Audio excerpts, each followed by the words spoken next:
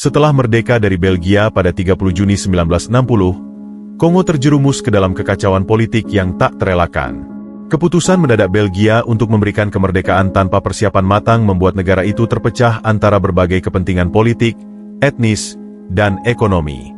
Pemimpin-pemimpin lokal, yang sebelumnya tidak pernah benar-benar diberdayakan oleh kolonial, saling berebut kekuasaan, sementara pemerintah pusat yang baru terbentuk tidak memiliki struktur yang solid untuk mengendalikan negara yang begitu luas. Dalam hitungan minggu, ketegangan berubah menjadi kekerasan terbuka. Tentara Kongo, yang masih didominasi perwira Belgia, memberontak terhadap otoritas asing. Situasi ini memicu eksodus besar-besaran warga Belgia, meninggalkan banyak wilayah tanpa kendali. Sementara itu, berbagai kelompok bersenjata lokal dan faksi politik mulai muncul, masing-masing mengklaim wilayah dan kekuasaan mereka sendiri. Provinsi Katanga, yang kaya akan sumber daya mineral, menjadi pusat perhatian ketika Moise Tshombe, pemimpinnya yang ambisius, mendeklarasikan pemisahan diri dengan dukungan dari perusahaan-perusahaan asing yang ingin tetap menguasai tambang-tambang mereka. Ketegangan ini semakin memanas dengan keterlibatan kekuatan besar dunia, seperti Uni Soviet dan Amerika Serikat, yang melihat Kongo sebagai medan pertempuran baru dalam Perang Dingin. Di tengah kekacauan, rakyat jelata menjadi korban utama, terjebak di antara baku tembak kelompok-kelompok bersenjata dan pemerintahan yang runtuh. Kekerasan yang merajalela, penjarahan, dan pembantaian menghantui kehidupan sehari-hari, menciptakan krisis kemanusiaan yang mengerikan dan memaksa dunia untuk mencari solusi demi menghentikan kehancuran. Melihat situasi di Kongo yang semakin memburuk, dengan kekacauan yang meluas dan ancaman pecahnya perang saudara secara total, dunia internasional tak bisa tinggal diam. Dewan Keamanan PBB, yang saat itu berada di bawah tekanan dari berbagai negara, memutuskan untuk membentuk misi perdamaian berskala besar bernama Operation des Nations Unies au Congo. Misi ini menjadi salah satu operasi perdamaian paling ambisius dan kontroversial dalam sejarah PBB, dengan tujuan tidak hanya menghentikan konflik bersenjata, tetapi juga menjaga integritas teritorial Kongo yang terancam terpecah oleh provinsi-provinsi separatis seperti Katanga. Namun, di balik niat baik itu, terselip tantangan besar, bagaimana mengirim pasukan internasional ke negara yang telah terpecah oleh kepentingan lokal dan global?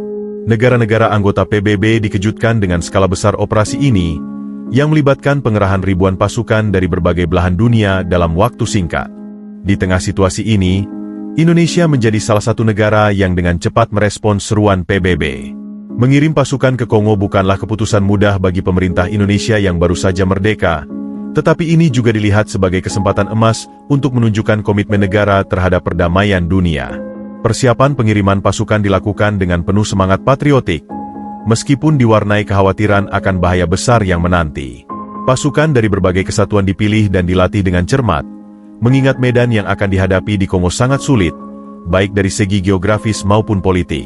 Keputusan Indonesia untuk mengirimkan kontingen Garuda II ke Kongo pada tahun 1960 tidak hanya menjadi langkah strategis dalam upaya memperkuat peran Indonesia di kancah internasional, tetapi juga menunjukkan keberanian luar biasa sebuah negara muda yang baru merdeka. Kontingen ini terdiri dari prajurit terbaik yang dipilih dari Batalion 330 Siliwangi, Detasemen Polisi Militer, dan Peleton Kakao Angkatan Laut, mencerminkan keragaman kemampuan militer Indonesia. Namun, di balik keputusan besar itu, ada rasa was-was yang tak terhindarkan. Pasukan yang dikirim tidak hanya menghadapi medan perang yang jauh berbeda dari tanah air, tetapi juga situasi politik yang penuh intrik, di mana musuh seringkali tersembunyi di balik senyuman diplomasi. Saat persiapan akhir dilakukan, suasana tegang meliputi markas, tetapi tekad para prajurit untuk mengharumkan nama bangsa tetap membara, bahkan di tengah ketidakpastian nasib mereka di tanah asing. Ketika akhirnya kapal yang membawa kontingen Garuda II berlayar meninggalkan Indonesia, para prajurit disambut oleh angin lautan yang membawa mereka menuju sebuah misi yang belum pernah dilakukan sebelumnya. Selama perjalanan panjang melintasi samudra, mereka tidak hanya mempersiapkan fisik dan taktik, tetapi juga mental untuk menghadapi apa yang kelak menjadi ujian terbesar dalam hidup mereka. Ada malam-malam panjang di mana para prajurit merenungkan tujuan mereka, terbayang keluarga yang ditinggalkan di rumah, dan bertanya-tanya apakah mereka akan kembali dengan selamat. Setibanya di Kongo, kontingen Garuda II segera dihadapkan pada kenyataan pahit konflik yang berlangsung di negara tersebut. Perpecahan di Kongo bukanlah sekadar pertarungan antara pemerintah dan pemberontak, melainkan labirin konflik yang melibatkan berbagai kelompok bersenjata, kepentingan asing, dan rivalitas antar suku. Mereka mendapati diri berada di tengah lingkungan yang penuh ketegangan, di mana garis pertempuran tidak pernah jelas, dan musuh dapat muncul dari mana saja. Para prajurit seringkali harus melintasi medan yang sangat sulit, lembah-lembah terjal, hutan lebat, dan desa-desa yang hancur akibat perang, untuk mencapai zona-zona konflik. Selain ancaman fisik, mereka juga dihadapkan pada situasi politik yang memusingkan, di mana masing-masing pihak kerap menuding dan memanipulasi keadaan demi kepentingannya. Para prajurit Garuda tidak hanya bertugas menegakkan perdamaian dengan senjata, tetapi juga menjadi diplomat dadakan, meredakan ketegangan melalui negosiasi yang melelahkan dan penuh risiko. Ketegangan memuncak ketika mereka harus memasuki wilayah yang dikuasai pemberontak bersenjata. Ada saat-saat mencekam ketika konvo mereka dihentikan oleh barikade, di mana para pemberontak memandang mereka dengan tatapan tajam penuh curiga, senjata teracung, sementara prajurit Garuda tetap tenang meski jantung mereka berdebar kencang. Dalam situasi seperti itu, keberanian para pemimpin lapangan seringkali menjadi penentu. Melalui komunikasi yang penuh ketegasan namun bijaksana, mereka berhasil membujuk para pemberontak untuk menahan tembakan dan membuka jalan menuju meja perundingan. Namun, tugas ini bukan tanpa korban emosional. Banyak prajurit harus menyaksikan penderitaan penduduk sipil, anak-anak kelaparan, ibu-ibu yang kehilangan keluarga mereka, dan desa-desa yang luluh lantak, yang memperdalam tekad mereka untuk menyelesaikan misi ini dengan keberhasilan. Dalam setiap langkah, mereka tidak hanya bertempur melawan kekerasan, tetapi juga melawan putus asa yang merundung setiap sudut kehidupan di Kongo.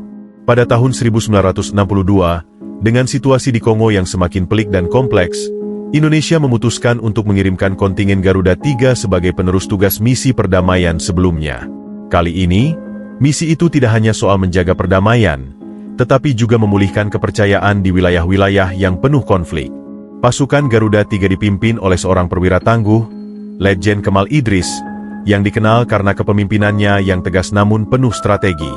Dalam komposisi kontingen ini, terdapat pasukan RPKAD, Resimen Para Komando Angkatan Darat, sekarang Kopassus, unit elit yang terkenal dengan disiplin dan keberanian mereka dalam situasi berisiko tinggi. Penunjukan Kopassus menjadi simbol bahwa tugas kali ini membutuhkan lebih dari sekadar keberanian. Dibutuhkan kemampuan untuk bergerak cepat, berpikir strategis, dan beradaptasi dengan kondisi lapangan yang sulit. Persiapan keberangkatan kontingen Garuda 3 dipenuhi dengan suasana haru dan ketegangan. Para prajurit, yang telah dipilih melalui seleksi ketat, mengerti bahwa mereka sedang menuju misi yang tidak hanya berat, tetapi juga berbahaya. Mereka mendengar cerita dari kontingen sebelumnya, kisah keberanian, pengorbanan, dan kesulitan yang tak terbayangkan. Namun, tidak ada waktu untuk gentar. Mereka dilatih siang dan malam untuk menghadapi semua kemungkinan, dari baku tembak di hutan hingga negosiasi yang rumit di meja perundingan. Ketika akhirnya mereka berangkat, wajah-wajah prajurit itu menggambarkan tekad yang membara, meski dalam hati mereka terbersit pertanyaan, apakah mereka akan kembali melihat tanah air?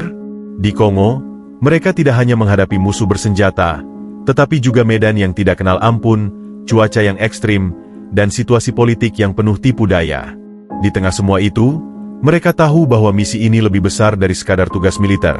Ini adalah tentang menjaga kehormatan bangsa di mata dunia.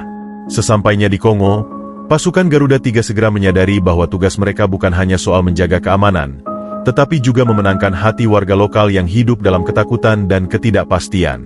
Kondisi masyarakat Kongo sangat memprihatinkan. Banyak desa yang hancur, penduduk yang kehilangan tempat tinggal, dan anak-anak yang tumbuh di tengah konflik berkepanjangan. Untuk menciptakan hubungan yang lebih manusiawi, para prajurit memutuskan untuk mendekati warga melalui cara sederhana namun bermakna, memperkenalkan budaya Indonesia.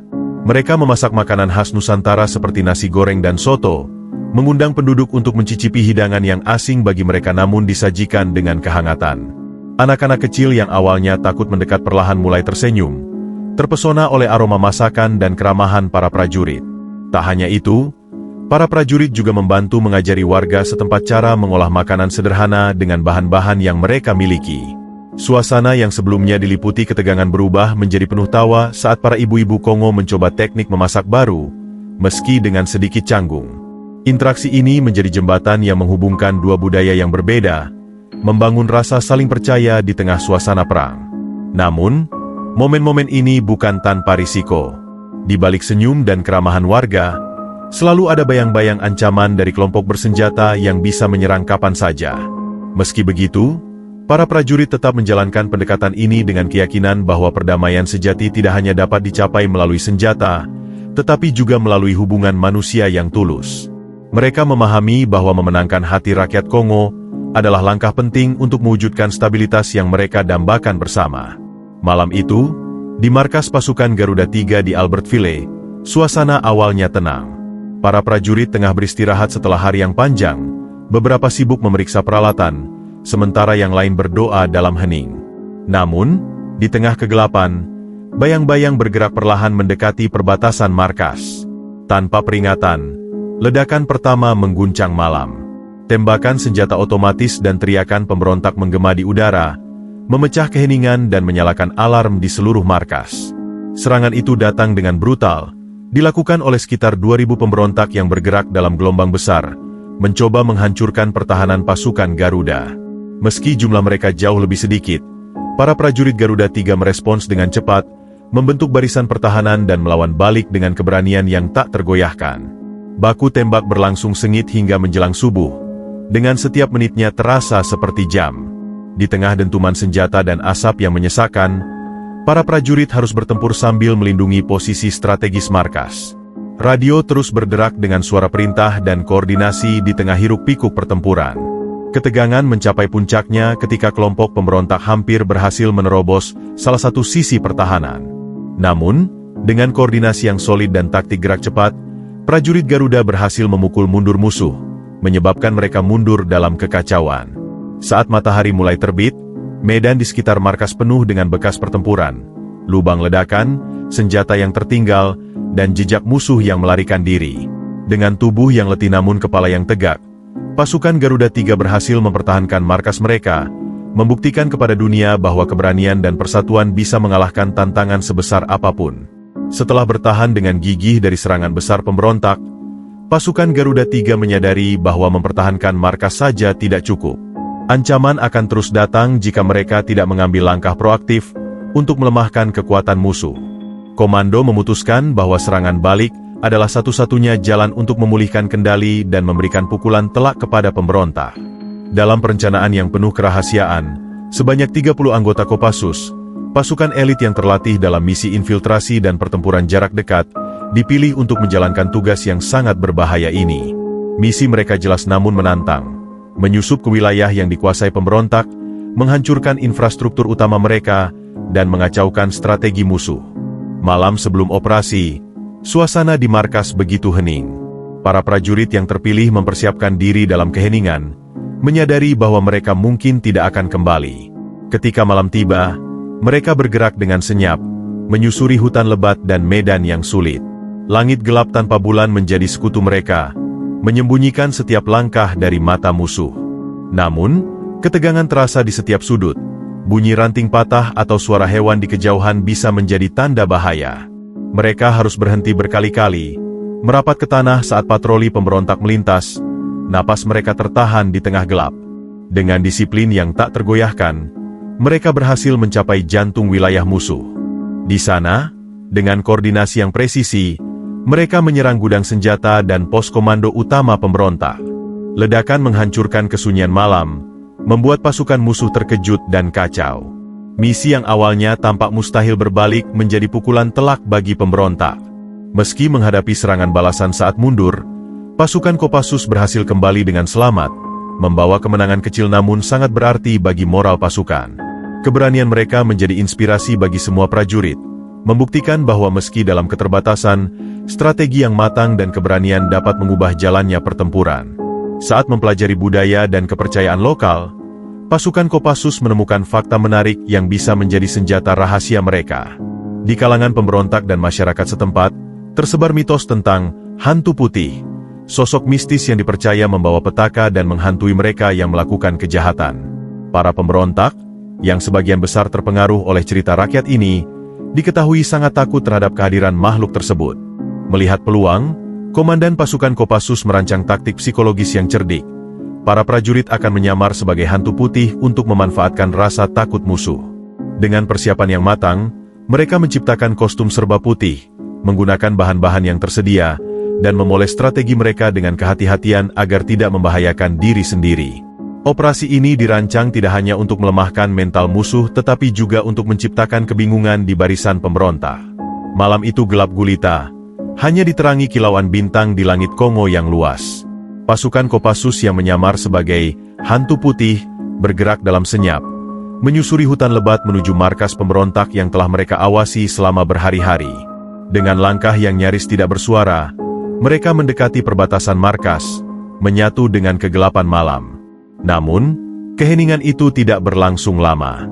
Tiba-tiba, terdengar suara-suara mistis yang mereka ciptakan, desisan lirih, jeritan melengking, dan bisikan-bisikan yang menyerupai mantra.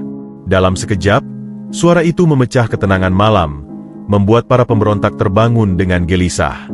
Ketakutan mulai menyelimuti mereka, sebagian keluar dari barak dengan wajah penuh kekhawatiran, mengintip ke dalam kegelapan yang kini terasa seperti ancaman.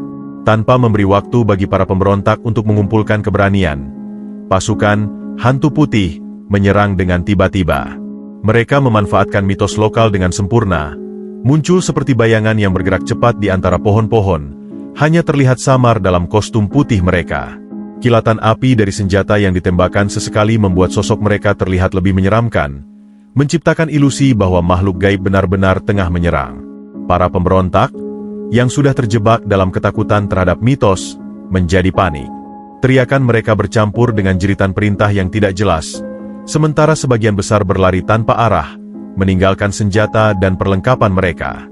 Dalam hitungan menit, markas pemberontak yang sebelumnya dipenuhi aktivitas berubah menjadi arena kekacauan. Serangan ini tidak hanya berhasil melemahkan kekuatan musuh, tetapi juga menanamkan ketakutan mendalam yang akan terus menghantui mereka. Pasukan hantu putih membuktikan bahwa strategi yang menggabungkan keberanian, kecerdikan, dan pemahaman budaya lokal dapat menjadi senjata yang tak terkalahkan.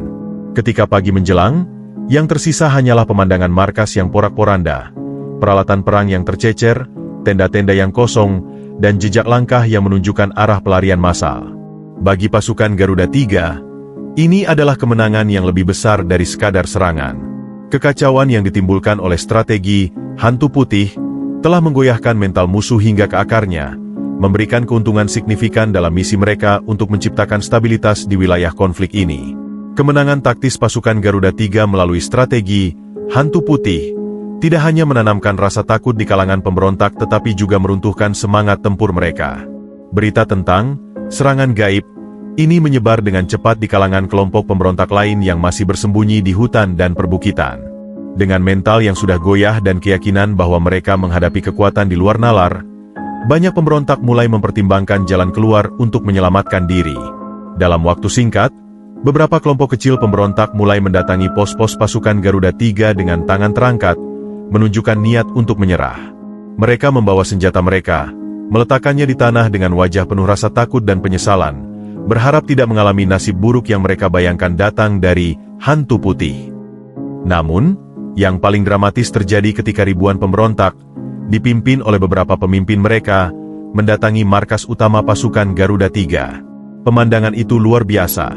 Sekitar 3.000 pemberontak, sebagian besar terlihat kelelahan dan putus asa, berjalan perlahan dengan senjata terkulai di tangan mereka.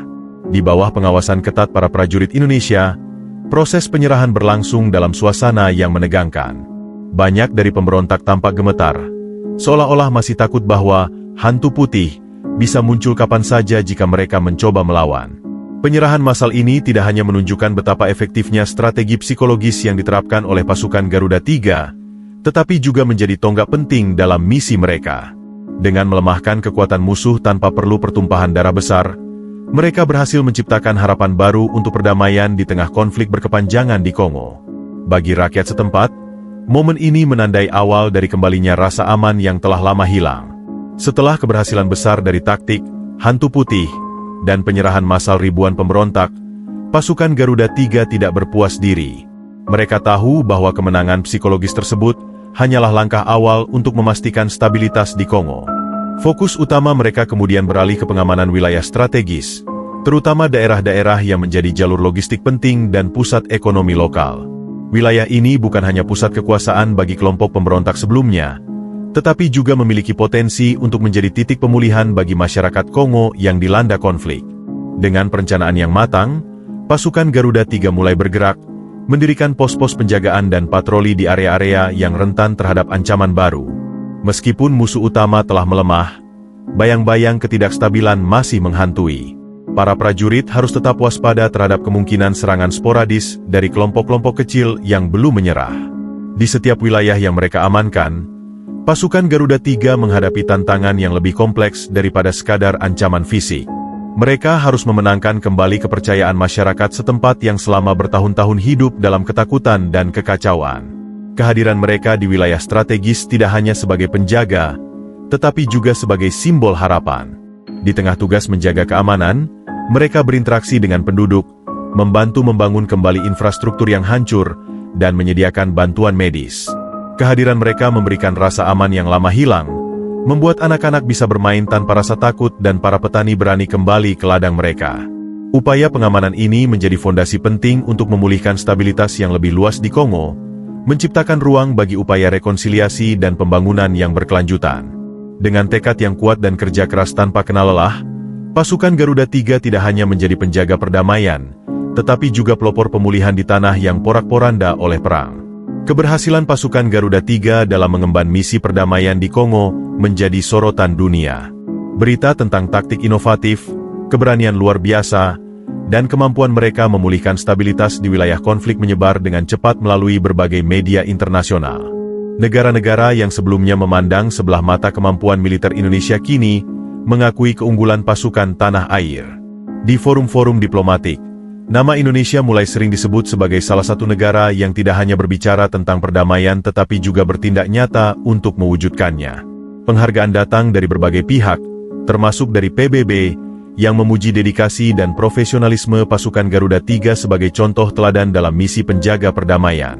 Namun, di balik pengakuan tersebut, terdapat cerita tentang pengorbanan besar yang membuat kesuksesan ini begitu berarti. Banyak prajurit Garuda 3 yang harus meninggalkan keluarga mereka untuk waktu yang lama, berjuang di medan asing yang penuh risiko. Beberapa bahkan pulang dengan luka, baik fisik maupun emosional, sebagai harga dari misi yang mereka emban. Saat mereka kembali ke Indonesia, sambutan penuh kebanggaan menanti. Mereka diarak bak pahlawan, dengan ribuan warga memadati jalan untuk memberikan penghormatan. Dunia kini tahu bahwa Indonesia tidak hanya mampu menjaga kedaulatannya sendiri, tetapi juga memainkan peran penting dalam menjaga perdamaian global. Bagi pasukan Garuda 3, penghargaan ini bukan hanya pengakuan atas keberhasilan mereka, tetapi juga pengingat bahwa perjuangan mereka telah meninggalkan jejak yang tak terlupakan dalam sejarah internasional. Setelah berbulan-bulan menjalankan misi di tanah yang jauh, dengan segala risiko dan tantangan yang dihadapi, tibalah saat yang dinanti-nanti, kepulangan kontingen Garuda 3 ke Indonesia. Perjalanan panjang dari Kongo ke tanah air diwarnai dengan perasaan campur aduk. Di satu sisi, ada rasa bangga karena misi mereka berhasil, membawa perdamaian ke wilayah konflik dan mengangkat nama Indonesia di mata dunia. Namun di sisi lain, ada kelelahan yang menyelimuti, baik secara fisik maupun emosional, akibat medan berat dan tekanan psikologis yang mereka alami selama bertugas. Setiap prajurit mengenang momen-momen penuh risiko yang telah mereka lalui, sekaligus tak sabar untuk kembali ke pelukan keluarga. Mereka membawa serta cerita heroik dan pengalaman tak terlupakan yang akan terus hidup dalam ingatan mereka. Ketika kapal dan pesawat yang membawa kontingen Garuda 3 tiba di tanah air, sambutan luar biasa telah menanti. Ribuan warga berkumpul di pelabuhan dan bandara, melambaikan bendera merah putih dengan penuh antusiasme.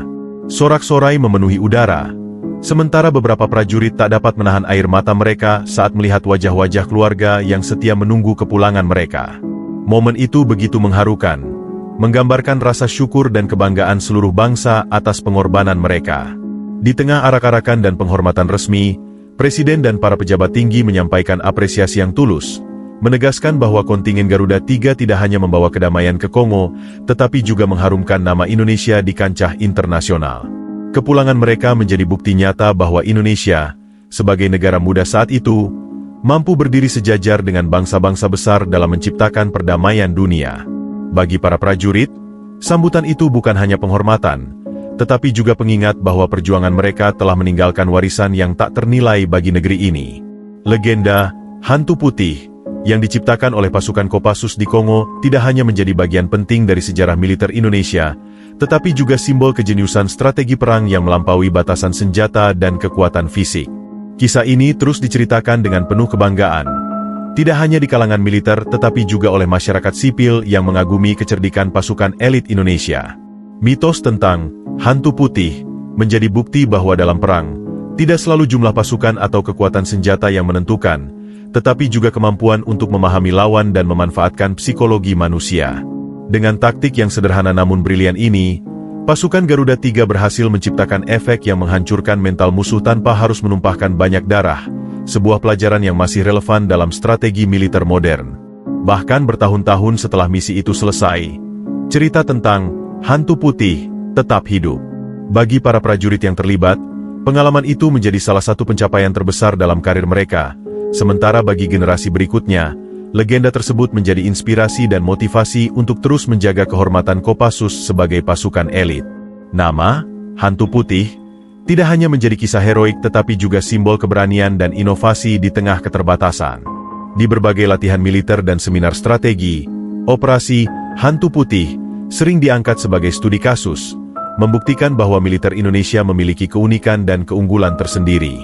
Warisan ini melampaui medan perang Kongo, menjadi bagian dari identitas Kopassus dan menunjukkan bahwa kecerdasan, keberanian, dan kemampuan beradaptasi adalah kunci keberhasilan dalam menghadapi tantangan apapun. Kisah heroik pasukan Garuda 3, terutama keberhasilan mereka dengan taktik Hantu Putih, menjadi warisan yang terus menginspirasi generasi prajurit TNI berikutnya. Cerita ini tidak hanya hidup dalam buku-buku sejarah militer, tetapi juga diceritakan ulang dalam pelatihan-pelatihan dan upacara resmi. Bagi para prajurit muda, legenda tersebut menggambarkan bahwa keberanian, kecerdasan, dan dedikasi dapat mengatasi segala tantangan, bahkan dalam kondisi yang tampak mustahil.